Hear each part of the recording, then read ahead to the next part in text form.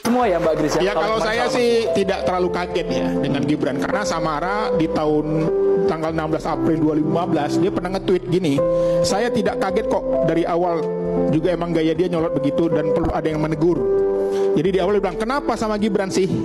Kata Samara, saya tidak kaget juga kan gayanya nyolot gitu dan perlu ada yang menegur. Artinya Samara aja sejak 2015 udah ngeliat nih anak memang nyolot gitu loh. Bentar, itu postingan Samara atau dimanipulasi Emang sama Samara orang Bang? Ya. Samara ada di sebelah loh Bang. Makanya saya nggak kaget, ditambah lagi postingannya 2018. Saya tidak tahu bagaimana seorang yang diwarisi sebuah dinasti politik bisa mengklaim diri sebagai perwakilan anak muda. Mewakili anak muda itu bukan sekedar soal usia, tapi juga soal kerja keras dan kompetensi. Kita semua para politisi muda harus berupaya membuktikan itu. Jadi sebenarnya sejak awal Samara terdiam deh guys ya. Dia membisu guys, karena dia dulu juga pernah mengghosting Gibran guys. Dari tim 02 ini dulu memang menganggap ada masalah dengan pencalonan Gibran. Makanya ada pantunnya, ya kan? Pergi berlibur ke Tangerang, pulangnya beli kue bika.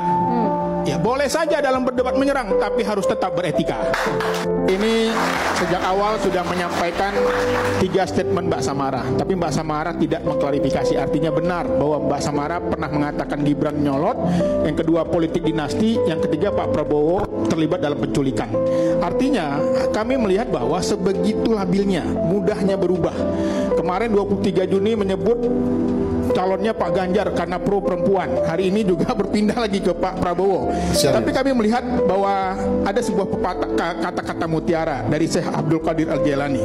Dia mengatakan bahwa adab itu lebih tinggi dari ilmu. Kalau sekedar ilmu, setan pun lebih tinggi ilmunya dari manusia.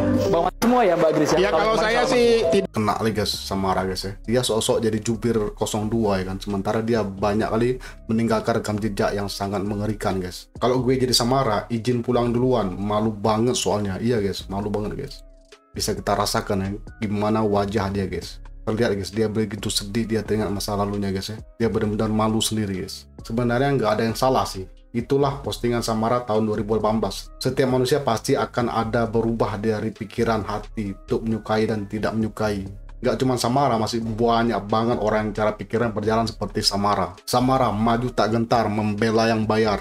Udah bang, Samara juga butuh duit buat makan. Maklumin aja, Samara itu seguru sama Gus Miftah. Samara antara nahan malu dan mau nangis. Iya bener guys, kasihan kali kita lihat ya guys ya. Dia nahan malu guys ya, bener-bener kena sekamat guys. Tega banget guys ya yang sekamat dia. Tapi salah dia sendiri juga guys, matanya berkaca-kaca guys ya. Jadi kita pasti cepat atau lambat kalau tidak menambah secara masif atau membuat lumbung pangan, kita pasti akan tiba pada posisi kita akan krisis pangan. Jadi Anda ini udah ngata-ngatain dan memframing buruk pada seseorang yang berbuat demi bangsa dan negara pakai uangnya sendiri. Enggak, itu malah lebih parah lagi. Masa kebijakan negara dibayar pakai uang sendiri?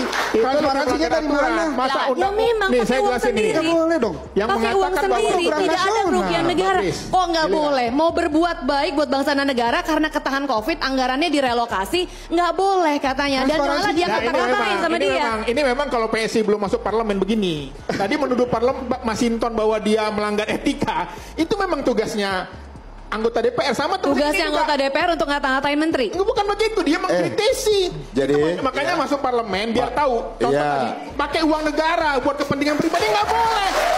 Yang kita awasi itu adalah sikap dan kebijakan pejabatnya, bukan orangnya. Jadi bedain orang sama pejabatnya ya. Yang kita kritik itu pejabatnya, Mbak. Jadi dibedain. Nah kemudian tadi ini katanya beretika enggak itu? Saya anggota DPR, pendukung pemerintah ya. Ini konsisten nih Mbak, bukan seperti berdua nih ya. Kemarin-kemarin caci maki Prabowo, kemudian dukung sekarang ya. Jadi kita politik itu belajar konsistensi Mbak. Ya, konsistensi. Ini si Gris, yang satu lagi Samara guys. Jadi dua-dua nih guys kena skandal guys. Dan ini di TV nasional guys ya, bukan sembarangan TV guys ya. Bayangin guys, kalau kita itu di posisi kayak gini, pasti kita bakal malu banget guys ya. Kena skamat yang disaksikan seluruh warga Indonesia guys. Wah, berat ya dukung 02. Pokoknya anak muda lempengan mana nih, ngajak rembuk kagak pernah. Grace wanita penjilat, bahaya orang seperti ini. Malu nggak sih ditonton se-Indonesia? Mengkritik menteri aktif secara terbuka, mengkritik kebijakan presiden yang notabene adalah bosnya. Dia Pak Mahfud itu cawapres, Masih menteri bukan aktif, menteri. kecuali hari ini mundur. Cawapres, Apakah masih Pak Mahfud menteri. masih menteri apa tidak, Bang Masinton? Tanya presiden. Mungkin Jangan boleh tanya klarifikasi saya. juga. Masih menteri, Mungkin Bang boleh Masinton. klarifikasi juga. Membantu presiden, Masinton. Presiden Kalau itu dulu itu cawapres. Gus Muhaimin apakah Bukan partainya sebagai masih ada menteri. Enggak, di dalam perlu pemerintah? diklarifikasi. Presiden Jokowi bilang dia nggak ikut campur di pilpres. Ya, menterinya kan menterinya Pak Jokowi. Ya kan? Lah kenapa kalau Gran mengkritik untuk dapat yang lebih baik di pemerintahan yang baru? Dilakukan, dibilang nggak bukan etis? dilakukan. Dia adalah pelaku. Dia adalah pelaku, dia adalah menteri. Betul, Aktif. kenapa? Betul. Karena dia pelaku, dia tahu mana yang harus diperbaiki. Bang Kenapa? Pangeran. Betul. Kenapa jadi ini ada menteri aktif misalnya segala macam gitu ya. Dia maju di pilpres di kontestasi ini nih untuk 2024 sampai 2029. Nah, Pak Jokowi kan tidak memerintah lagi 2024 sampai 2029. Dan Pak Jokowi sendiri loh yang bilang, kita semua dengar bahwa presiden itu netral, nggak boleh cawe-cawe. Jadi nggak apa-apa dong menterinya mengkritik apa yang dia tahu. Oke, Bang Karena dia Pangeran. tahu itu harus dibenerin. Betul. Kenapa Bang jadi Pangeran. merasa diserang Jokowi? Jangan-jangan Pak Jokowi ikut di kampanye Bang Pangeran. Paslon 02. Bang Pangeran. Betul. Silakan. Lagi pula Singkat, kemarin Bang. itu kan Prof Mahfud mengelaborasi apa saja kendala yang ditemui, bahwa ini menunjukkan seberapa ribetnya persoalan. Beliau sebagai Menko Polhukam pun itu tidak dengan serta-merta dengan gampang bisa selesai semua salah. Bahkan kata Prof Mahfud, sudah ada putusan MA-nya aja nggak bisa dieksekusi gitu. Jadi wajar nggak kalau dipertanyakan? Wajar dong. Wajar Dan dong. makanya ketika Pus Estate dikatakan gagal oleh Prof Mahfud, itu paling valid karena Prof Mahfud adalah atasan langsung Pak Prabowo seperti itu. Nah gini, kalau bicara soal food estate ya Bang. Pasti pendukung 2 terkagum-kagum dengan Samara, padahal apa nih guys, nggak tahu ya. Satu-satunya yang bisa dibanggain dari Samara adalah dia fans Madrid guys. Samara yang ngomong, gua yang malu. Jadi guys, kejadian ini benar-benar terjadi guys ya di depan TV nasional, yaitu di TV One guys ya.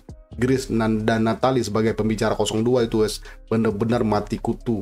Bahkan mereka itu dirujak guys di depan kamera guys. Ditonton oleh seluruh warga Indonesia guys. Mereka berbicara seolah mereka itu suci banget guys ya. Ternyata mereka punya rekam jejak yang tidak mengenakan kalau diungkapkan guys ya. Nah, bagaimana menurut pendapat kamu guys? Silahkan berikan tanggapan, sanggahan, opini, dan kritik di kolom komentar guys ya. Semoga itu bermanfaat banget dan bisa jadi referensi bagi yang lain. Oke guys, saya cukupkan videonya sampai sini. Sampai jumpa lagi di video selanjutnya. Wassalamualaikum warahmatullahi wabarakatuh. Main dulu guys. Aduh.